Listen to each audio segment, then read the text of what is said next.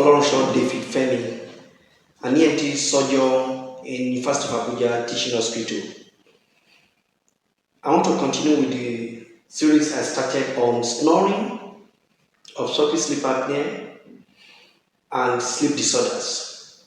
Today we shall be looking at the anatomy of the airway, that is from the nose to the nasopharynx, oropharynx, and then to the larynx, and then of course hypopharynx generally. We want to show you different sites where obstruction can occur that can lead to individual having this problem we are dealing with in this series. In my introduction, I talked about this snoring that is not normal, and that is why I'm creating this awareness and to let you know more about that. So I'm just going to discuss about what I call relevant anatomy, where this obstruction used to take place along the airway that can lead to snoring, obstructive sleep apnea. And of course, one of the cardinal symptoms of obstructive sleep apnea is insomnia, that's lack of sleep, which can degenerate to an individual having sleep disorders. So that is how they are linked together. And the next topic will now go to physiology of sleep, so that we can understand what is normal sleep, what is abnormal sleep, so that if you have problem in this area of sleep, you will understand it and then you can seek for help. So when I use this anatomy to explain where possible sites where an individual can have obstructions that can lead to this snoring, I will now use the live video of the procedure I normally do that I call drug-induced sleep endoscopy, so that you can see how we used to see this blockage along the airway at these different sites of the relevant anatomy I'm going to show you now. Courtesy of my patient who allowed this to be shown, so that they are also part of this story, so that we can be a blessing to mankind. And subsequently go into causes, and these topics, there are series of these topics up to 16 topics, which we are going through all of them for us to have full understanding about snoring, obstructive sleep apnea, and sleep disorders. Follow me now to look at this anatomy on the screen. Anatomy of the airway. I will show you the relevant anatomy of the airway, so that now you can have understanding before I go into the sleep endoscopy. If you look at the diagram on the screen, you can see the 4 regions where we could have an individual could have obstruction, the possible sites of obstruction. You can see the nose, behind the nose, which we call nasopharynx. There's another region there. The next one is the oropharynx, that's the throat. Generally, oropharynx, there could be obstruction there. And when you go down, you see the laryngeal inlet and apopharynx, that could be another obstruction. An individual could have obstruction in one or more than one site. Now, coming to the nose, there are different pathology that could lead to obstruction in the nose. It could be from rhinosinusitis. It could be, it could be infective or allergic. Several people have allergy in which their turbinates, get enlarged, engorged, which is worse at night for some, in which the nose is blocked, and this which will make an individual to breathe through mouth. The nose might not be vibrating, leading to snoring on its own, but the fact that an individual is breathing through mouth is structured in such a way that when you breathe, when you open your mouth and you breathe through your mouth, the soft tissues in the mouth will vibrate, and this will lead to snoring. And that is why you wake up, you notice that you have dry mouth, dry throat, because when air passes through the nose without obstruction, some of these soft tissues the soft tissues are not so much encountered, and this minimize snoring. So when you breathe through mouth, possibility that you snore is there. Several pathological block, like I mentioned, it could be, problem with the septum, that's nasal septum, be it septal spore, deviation, or any anatomical problem that will cause blockage in the nose. After the nose, we have region 2. That is the back of the nose. We call it nasopharynx. There could be some obstruction also that can make an individual to breathe through mouth. Especially in children, we have a condition we call enlarged adenoid, which can block the back of the nose, and that's why you see some children, they breathe through mouth, especially while sleeping, and when they do that, it makes them to snore. So when you have a child that snores, or you have a child that always breathing through mouth, you see the child opening mouth all the time, that means the back of the nose is blocked, and this could lead to obstructive sleep apnea and with evidence of snoring. It could also be blocked with allergy. Allergy can make the back of the nose, nasopharynx, to be blocked. In adult, the same thing. You could have a blockage resulting from tumor, resulting from all kinds of growth. Not so common in adult, but we can have this obstruction too. And when that happens, the fellow will also breathe through mouth. Now, going to the next region is what you can see on the screen, region 3. We call that one oropharynx, which is what people call throat. Throat, it has prominent structures, tonsils, uvulas, which is in the anterior wall, some redundant tissues. There can be an enlarged lymph nodes as the posterior pharyngeal wall that can protrude or push tissues into the oropharynx. There could be some growth tumors. There could be even allergy, and so many factors could lead to obstruction of the oropharynx. And most people that snore, oropharynx is one of the major part that used to cause this obstruction. It could be due to enlarged base of tongue that is obstructing the posterior pharyngeal wall. Especially when an individual is lying supine, you are lying on the back, you notice that the tongue falls back and obstructing the airway. So either from the tongue, from the pharyngeal wall, the lateral walls, from the posterior wall, from the uvular anterior wall, so many of these structures, and there might be some redundant tissue. They might be due to narrowed oropharynx from accumulation of fat, especially with people who are obese, and this will lead to obstruction, leading to snoring and with attendant obstructive sleep apnea. Then let me talk about region 4, that is apopharynx and laryngeal inlet. There could be some blockage there too, ranging from blockage from epiglottis. One of the video that I'm going to show you shortly is about a patient with recurrent acid reflux, whereby the epiglottis became fibrotic, having an unusual shape, blocking the airway. And there could be some blockage even at the inlet, laryngeal inlet.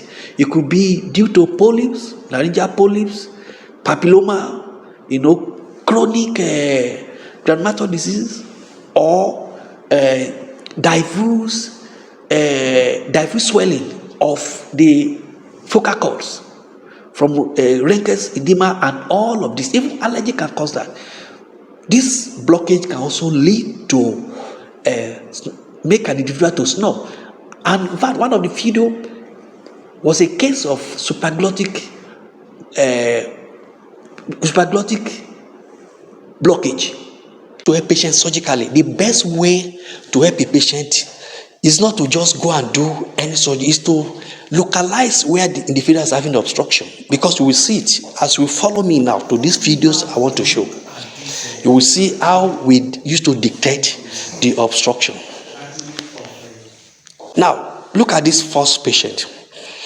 You can see that the nose is very narrowed, tiny. Hardly can this patient breathe well, completely through the nose. So when this individual is breathing, he has to support his breathing with mouth, because you can see from this video the blockage in the nose.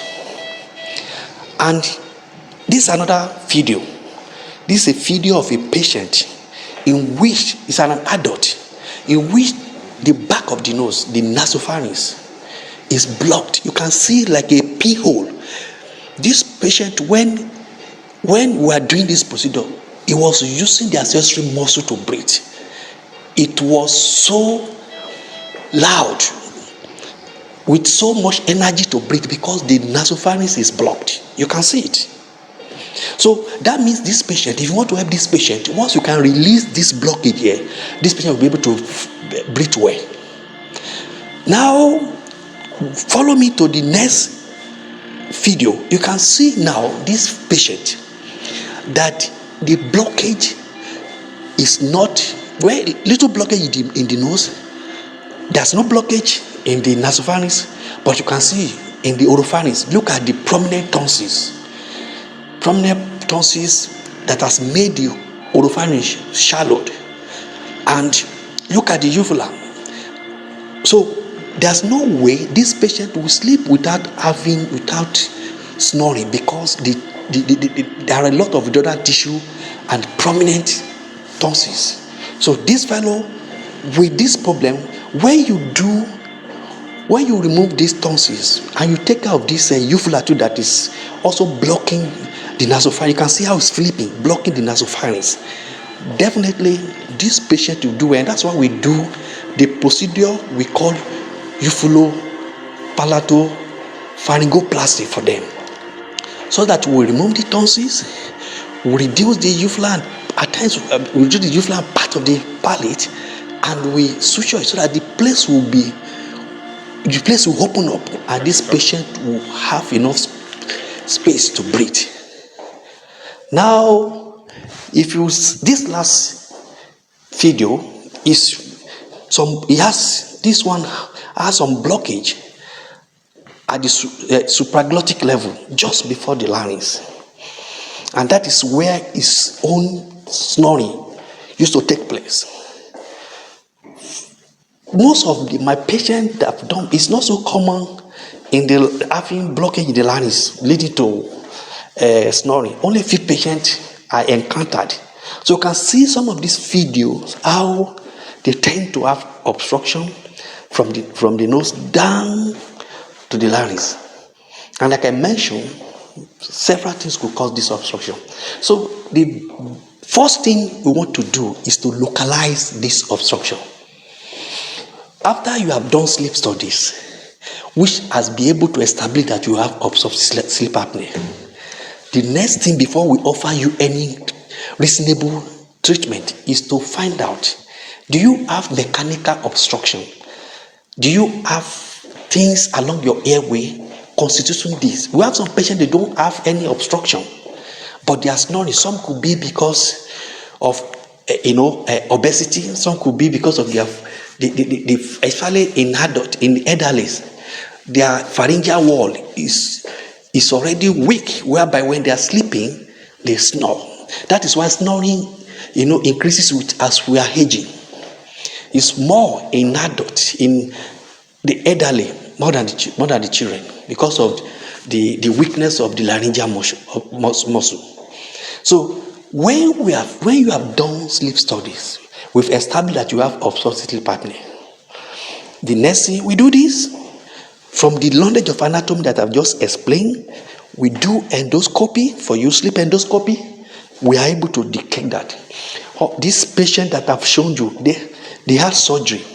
You could just imagine that one with a uvula blocking that's fine. Immediately we excised that, the place became very free. Today, the patient don't have obstructive sleep apnea because we used to repeat the test after the procedure.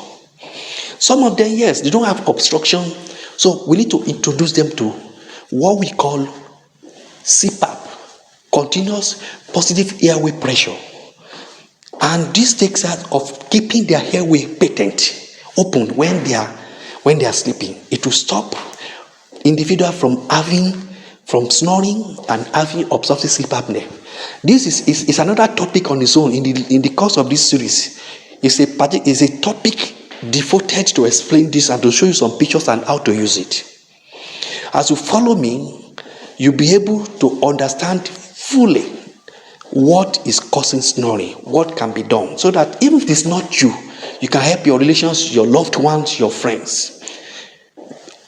Snoring, obstructive sleep apnea, sleep disorders can be managed.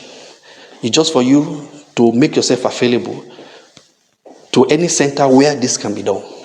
And if you want to see us too, you can see our contacts on the screen.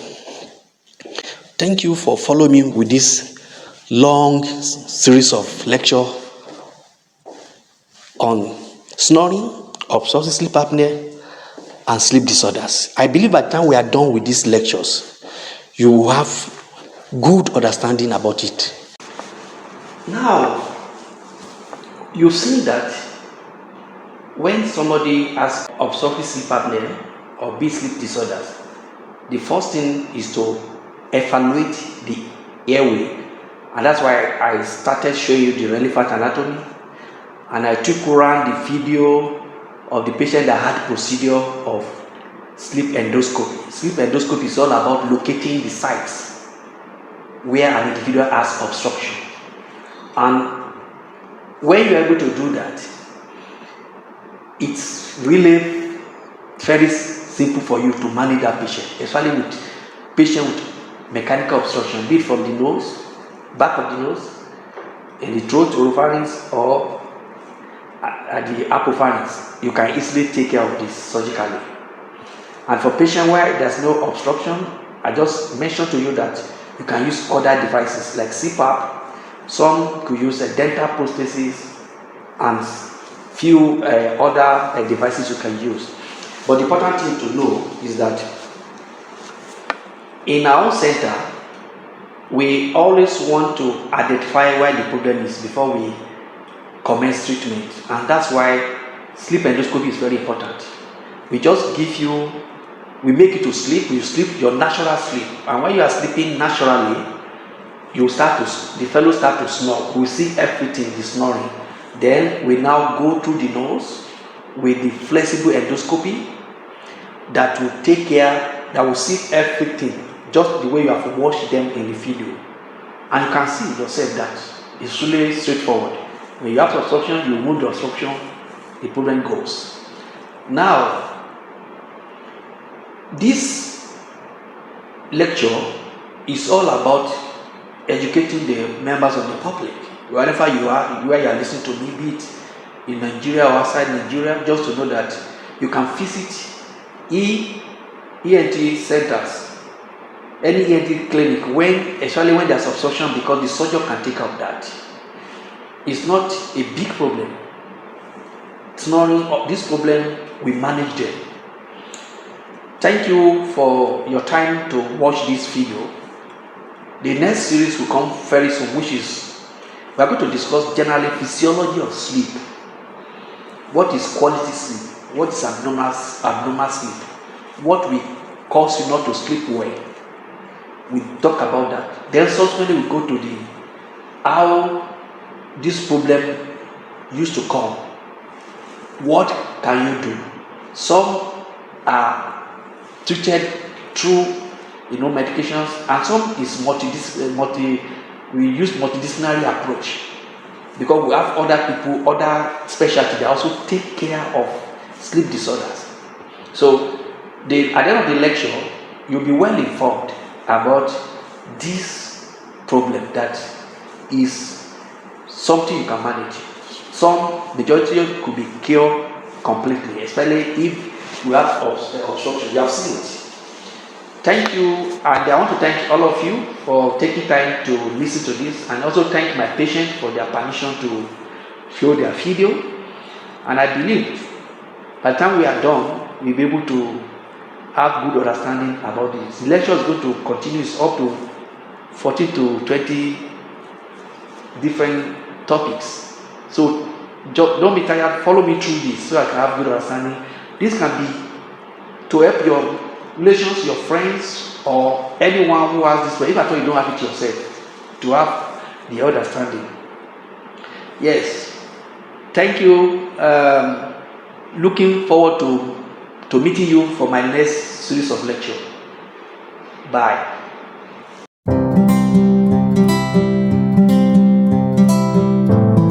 Good morning, my viewers. I'm Dr. Folorunso Femi, an ENT surgeon in University of Abuja Teaching Hospital here in Nigeria. Yes, this procedure we do it for patients with snoring and obstructive sleep apnea and other sleep disorders. The purpose of this investigation is to find out the part that is causing the vibrating, causing an individual to snore. Just to let you know that snoring is not normal. When an individual is snoring, it is our duty as ENT surgeons and other sleep physicians to find out where this snoring is taking place. The part of the airway where the snoring is taking place.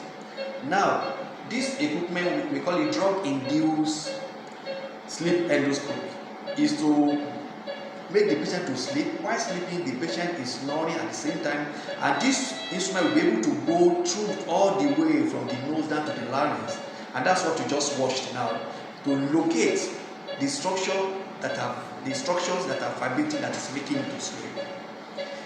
Yes, we have two types of snorers. We have the habitual snorers, and then those who are already having complications from snoring. It might be obstructive sleep apnea. Some come down with other sleep disorders, the combination of insomnia and all of that. How do you know if you have? So the one we are concerned about, especially those who already develop complicated complications from snoring. Yes, for the habitual snorers, some of them will also help them for social reasons, But for those who are not affecting their system, it's optional. But because of social reasons, I know that their sleep affect their sleep partners, and they don't also like it themselves. So some of them also come to know where exactly which part of their airways is vibrating, making them to.